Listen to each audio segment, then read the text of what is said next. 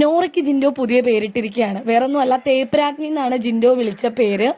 നോറ ഇപ്പോൾ രാജാവിൻ്റെ രാജ്ഞിയായിട്ടിരിക്കുകയാണല്ലോ. രാജാവിൻ്റെ അനുവാദം ഇല്ലാണ്ട് ആർക്കും അവിടെ ഭക്ഷണമൊന്നും കഴിക്കാൻ പറ്റില്ല. നമ്മുടെ ശ്രീതു ഒക്കെ രാജാവിൻ്റെ അടുത്തിരിക്കുന്നുണ്ടായിരുന്നു. ഞാൻ കഴിച്ചിട്ട് വരട്ടെ എന്ന് ചോദിക്കുമ്പോൾ രാജാവ് അനുവാദം കൊടുത്ത് ശ്രീതുവിനെ പറഞ്ഞയക്കുന്നു. അപ്പോഴാണ് സോഫയിലിരിക്കുന്ന ജിൻഡോ പെട്ടെന്ന് രാജാവിൻ്റെ അടുത്തിരിക്കുന്ന നോറയെ തേപ്പ് രാജ്ഞി എന്ന് വിളിക്കുന്നത്. ഉടനെ തന്നെ രാജാവിനോട് പരാതി പറയാണ് രാജ്ഞി. ആരാ വിളിച്ചത്? എന്നതേ അവൻ തേപ്പ് രാജ്ഞി എന്ന് വിളിച്ചു രാജാവേന്ന്.